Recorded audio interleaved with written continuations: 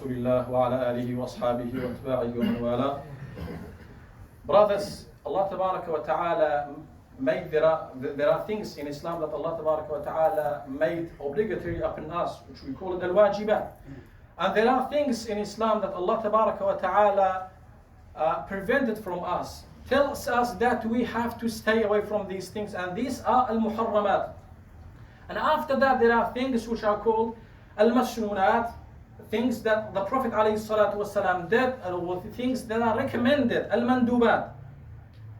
What Allah Tabaraka wa Ta'ala, or what Islam tells us, is that we have to put things in order. We have to prioritize what should be prioritized. We have to first take care of al-wajibat, doing things which are al-wajibat, and staying away from things which are al-muharramat. Then doing things, then being concerned with things which are al-mandubat, with things which Allah Tabaraka wa Ta'ala tells us to do that, but not doing that does not make us to be deserved punishment on the Day of Judgment. So we have to do these things in order. And unfortunately, there are a lot of people, they don't do that. You see that there are people, they don't care about haram and halal, and at the same time they care about a lot of masnunat, things which are min as-sunnah, things which are recommended by the Prophet ﷺ. But at the same time they leave what is wajib on them. They leave what's their responsibility.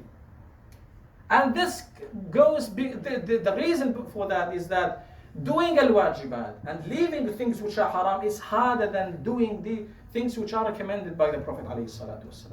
And this is something psychological. We love doing these things which are easier. And we don't want to leave these things which are prohibited in Islam. And we see how many times you see that there are people, you see that they go to mosque always, mashallah, they do a lot of dhikr, they do a lot of things which are from sunnah, but at the same time they don't care about the tarbiyah of their awlad, of their children. They don't raise their children in proper Islamic way. They don't care about that. And that is their responsibility. They don't do that. Instead of that, they do a lot of masnunat. They do that to cover all these things, all the bad things, to cover that what they have left, which is their responsibility. And you see that their daughters, they don't wear hijab. You see that their sons, they don't pray. Or they cause a lot of problems for the society. The problem here is that this person has left his responsibility. When his children were small, he didn't care about their tarbiyah. He didn't raise them in proper Islamic way. He is doing what's easier and doing a lot of sunnah, coming to mosque always. He thinks that that is all what he has to do. And how many times you see that there are people, they go to mosque, they do a lot of dhikr, mashallah, they pray qiyamul layl, and they do a lot of these kind of ibadat which are recommended, which are not wajib. But at the same time, you see those people, you can't talk to them. You can't give them advice. They become irritated, they become angry so easily. They shout at people. They don't follow the rules and laws. You see, this kind of people, unfortunately, they backbite people, they destroy relationships among people. And he thinks that he's a Muslim, he's a mashallah true Muslim because he's doing a lot of masnunat, things which are recommended by the Prophet ﷺ. But he is at the same time committing all these big problems. You see, sometimes you see that some young Muslims, they are concerned with small things in Islam, things which are al-ikhtilafat bayn al-ulama, things which are ulama, they have different opinions on these things. They're concerned about these things, but at the same time, those young people, they don't respect people. They don't respect their fathers and their mothers. How Muslims should be like that. So the problem here is that we do not prioritize what should be prioritized. We have to first take care of our responsibilities and leaving things which are haram, then doing things which are from sunnah. And how many times you see there are people, unfortunately, that they ask questions about sunnah, but at the same time you see that they get They don't care about earning haram money. They don't care about that. They take haram money so easily.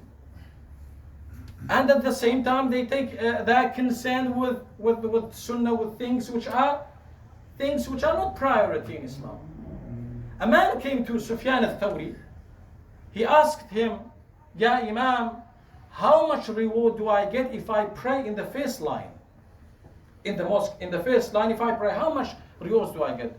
This question is like a lot of questions that come to A'imma, to Mashayikh, to scholars. You see that most of the questions that come to Mashayikh are from this kind.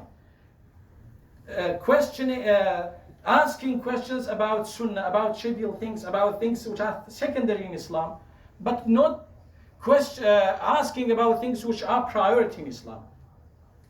You see that a person comes, how much rak'ah should I pray before salat or after salat, and how much rak'ah should I do in salat al-layl? Should I sleep and then in the night, should I sleep and then do qiyam al-layl, or before I sleep? But at the same time, you see that those people, a lot of those people, they don't care about haram money. They left, which is their responsibility. Sometimes you see that those people, yes, they come to Mashayikh, they ask about question, for example, which is about financial transaction, whether this is haram or not. But they're not doing that they're not seeking truth to know whether this is haram or not. If it's haram, I will leave it for the sake of Allah. No, they are doing what's called fatwa shopping. They go to a sheikh and they ask him whether this is haram or halal or haram.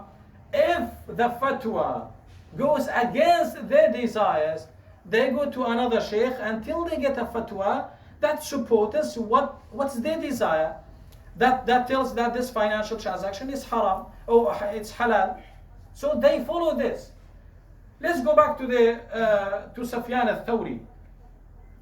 The person asked him how much do I get reward if I pray in the first line?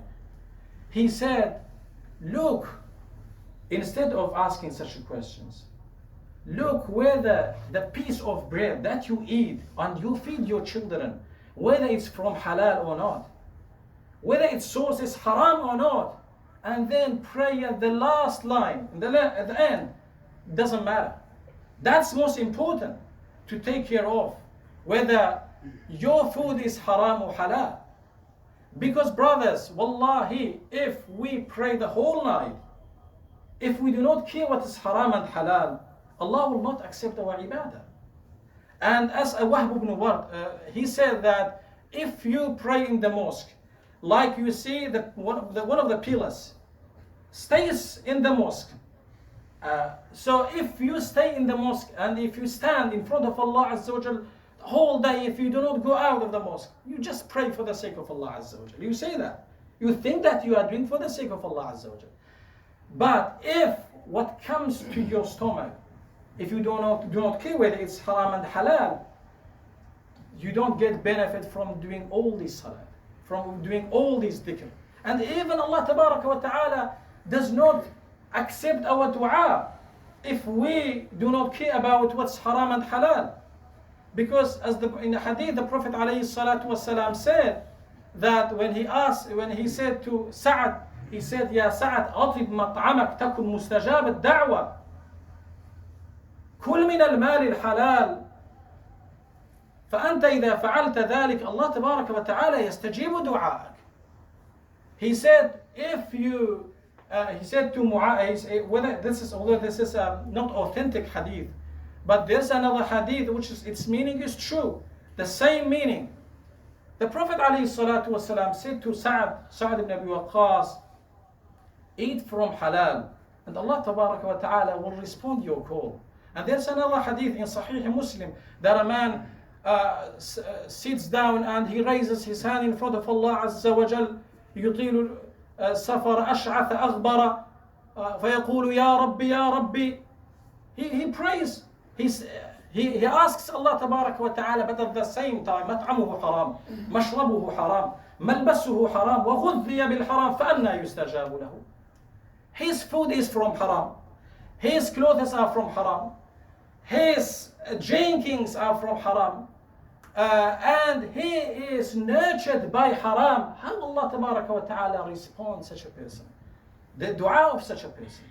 So brothers, the purpose of this khutbah is not to say that things which are from Sunnah are not important, to decrease the value of these of Sunnah. No, they are important. Sunnah is important, but we have to prioritize. We have to put things in order.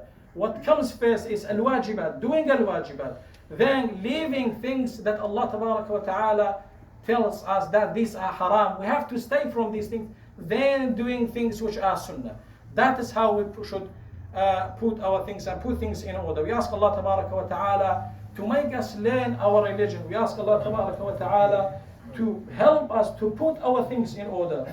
اللهم اغفر للمؤمنين والمؤمنات والمسلمين والمسلمات الأحياء منهم والأموات إنك سميع قريب مجيب الدعوات. اللهم ارحم موتانا واشف مرضانا وسلم أحياءنا وآمن روعاتنا. اللهم إنا نسألك الهدى والتقى والعفاف والغنى.